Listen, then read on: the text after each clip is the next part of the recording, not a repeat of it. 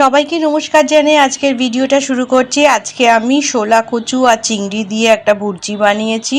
আমি প্রথমে আলু আর কচুটা সেদ্ধ করে নিয়েছি। কচুটা অতি অবশ্যই লেবু দিয়ে সেদ্ধ করে জলটা ফেলে দেবে। তারপর আলু ছোট ছোট করে কেটে নিয়েছি, কচুটা কেটে নিয়েছি, চিংড়ি মাছ দিয়েছি, পেঁয়াজ ছোট ছোট করে কেটে, কাঁচা লঙ্কা দিয়েছি, তেল দিয়েছি, তেলের মধ্যে একটু জিরে ফোড়ন দিয়েছি, দিয়ে পুরো মাখাটা দিয়ে দিয়েছি। তারপর ভালো করে নাড়াচাড়া করে একদম ঝুরঝুরো ক্রিস্পি এটাকে নামিয়েছি। আর এটা খেতে দারুণ হয়েছে, গরম ভাতের সঙ্গে খেতে যা ভালো লাগছে। বাস তোমরা একবার করে দেখো, করে খেয়ে দেখো, তারপরে আমাকে কমেন্ট করে জানিও। সত্যি এটা খুব ভালো হয়েছে খেতে। চিংড়িটা আমি গোটা গোটাই রেখেছি, ছোট পিস করিনি, যাতে পাওয়া যায় সব সময় খাওয়ার সঙ্গে। এটা শোলা কচু ছিল, কচুটা খুবই ভালো, একটুও গলায় কোনো রকম প্রবলেম হয়নি। তবে অতি অবশ্যই লেবু দিয়ে সেদ্ধ করবে। তারপর এটা ভাত রুটি যে কোনো কিছু দিয়ে খাওয়া যায়।